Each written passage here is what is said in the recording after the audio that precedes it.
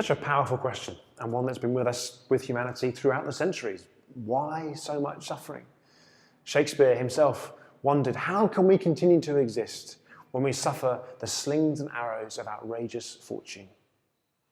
I've heard it said that the problem of suffering and evil is perhaps the best reason not to be a Christian, the strongest objection of all. And I think I agree, it is the strongest objection for two reasons, both from a logical point of view and also from an emotional, personal point of view.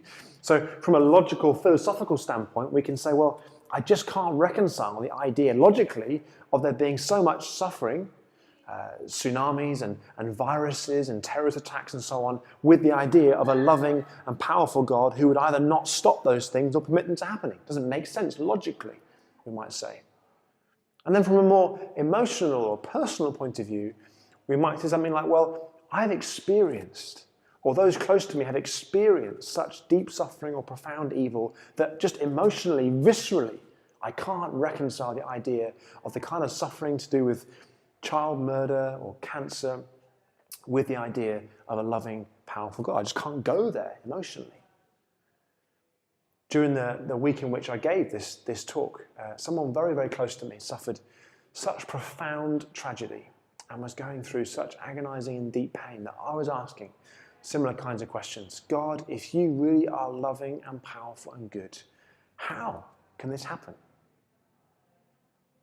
And the Bible, interestingly, is full of people asking these kinds of questions, wrestling with and grappling with enormous suffering and evil and pain and the compatibility or not with a God who is loving and powerful.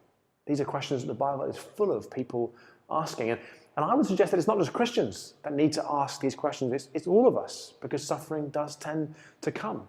All of us, I would suggest, need to ask questions like, is there really any hope when suffering comes? Questions like, what are the resources available to me to deal with suffering when it does come? And are those resources sustainable, reliable? And finally, and perhaps more existentially, questions like, ultimately, does suffering and evil kind of win the day? Or is it possible that love and good ultimately do win the day?